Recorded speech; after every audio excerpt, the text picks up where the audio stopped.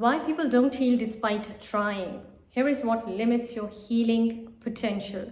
Most people aren't afraid of being broken. They are afraid of what happens when they are finally whole. That's right. What if I told you it's not your illness, your pain, or even your past that keeps you stuck and prevents healing? It is who you think you have to keep being in order to belong. In this video, we are going into real reasons why people don't heal even after years of therapy, inner work, and spiritual practice. These points will shake you up in the best way. So stay with me till the end. Let's dive deep. Number one, old belief systems. Old belief systems limit your healing potential. Old beliefs are like a prison with nice wall art. Old belief systems are the number one reason keeping you from healing. Old belief systems from society, culture, family, tribe, religion give us a sense of safety, but don't forget they also imprison us within walls and stories that aren't necessarily true. Stories that were never ours to begin with. Often they bury the grand human being that you truly are, the vastness, the brilliance, the potential that's always been there. Old beliefs suffocate the soul. They keep us from reaching our full potential. Now you might say, but I've changed a lot. I've healed, I've released, I've transformed so much over these past years. I'm not even the same person and still I'm not healing. And maybe that's true, but look deeper. You may still be carrying beliefs about God, about life, about your body, beliefs about aging, illness, lack, money, and struggle that are nothing more than old programs handed to you as a child, a good student, as a follower of a tradition or a religion. You may say, but I have to believe in something. Let me ask you, why? Who told you that belief is required? What if you let that belief is required, go as well? Challenge the idea that you must believe in anything at all. What if you move from believing to knowing? Because true inquiry, real, raw, soul-level questioning doesn't end in disbelief. It ends in knowing, in direct experience, in truth. When you genuinely inquire into God, into life, into your biology, your genes, your body's intelligence, and not just to borrow concepts and ideas from other people. When you explore aging, money, planetary resources, not through dogma, but through lived experience, you arrive at a place where you no longer have to believe anything. You just know. And that knowing is freedom. That freedom heals you.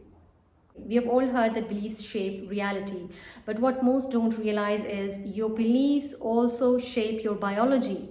Old beliefs, especially the ones we inherited from family, culture, religion, can actually suppress your body's ability to regenerate.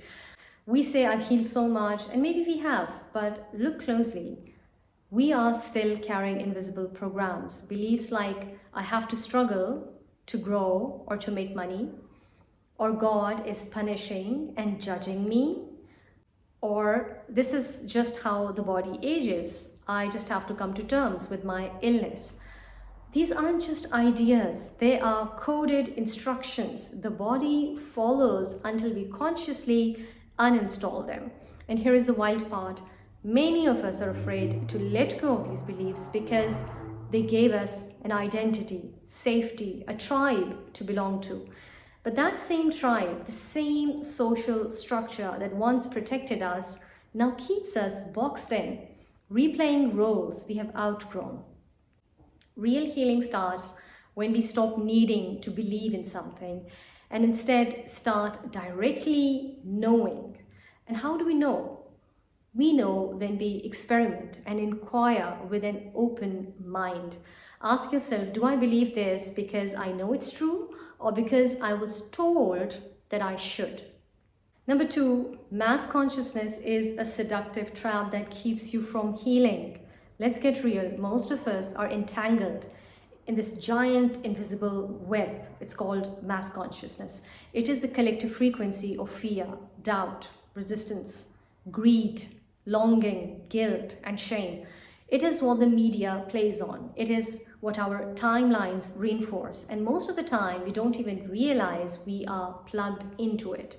Mass consciousness whispers, be realistic, stay safe, don't shine too bright.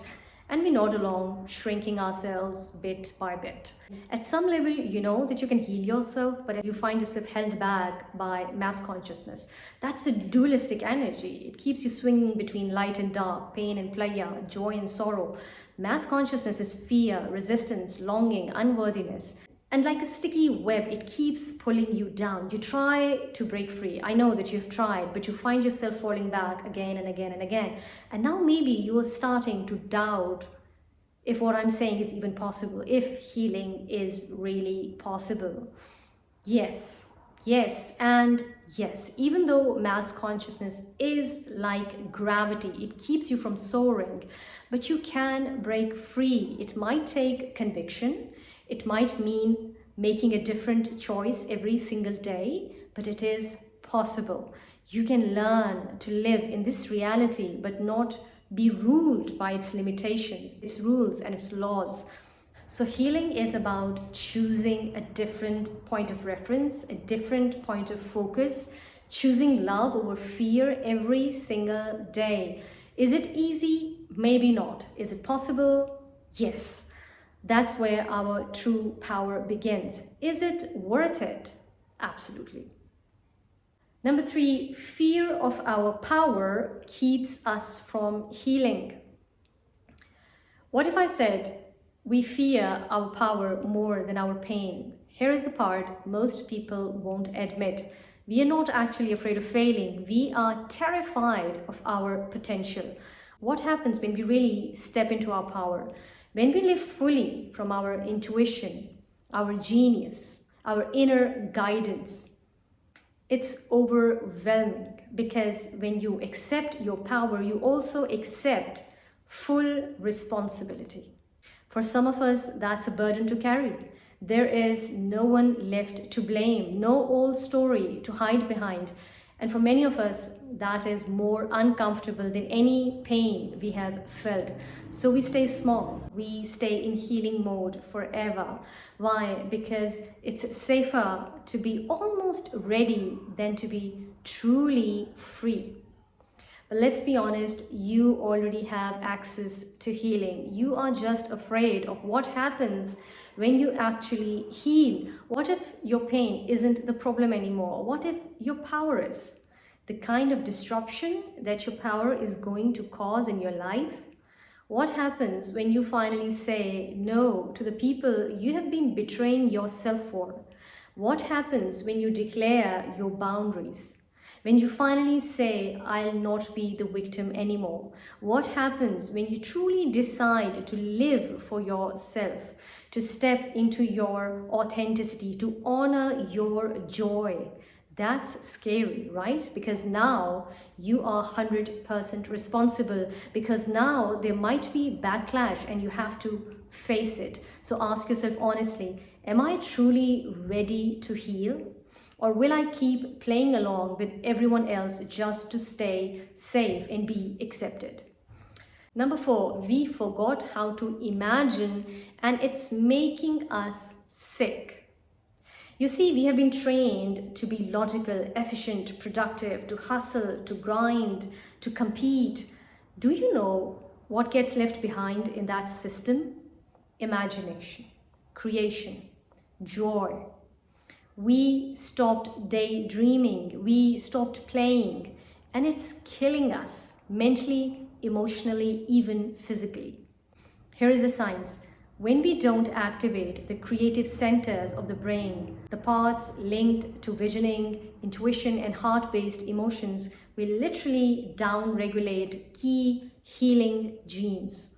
We increase stress hormones, we suppress immunity, we become robotic, and eventually we break down. So when someone says stop imagining and be realistic, what they're really saying is stay in the same vibration that created your illness. We have been trained to use only our minds, our logic, reason, facts. But no one taught us how to use our imagination, our heart, our joy, our passion, our fire. In fact, we were discouraged from using it. Our creative, intuitive, feminine energy, the part that sparks vision, feelings, has been suppressed. Patriarchy stole that from us. Society replaced our genius with a grind. So we hustle, we chase, we try to become someone who's worthy of respect and love because that's what's cool, right? That's what the media glorifies. Sitting in stillness, imagining, daydreaming, nah, that's boring. And yet, when we stop imagining, we stop feeling, we stop creating, we upregulate poor gene expressions, we generate stress, we birth anxiety, depression, we create drama, and then disease follows. This is why so many don't heal.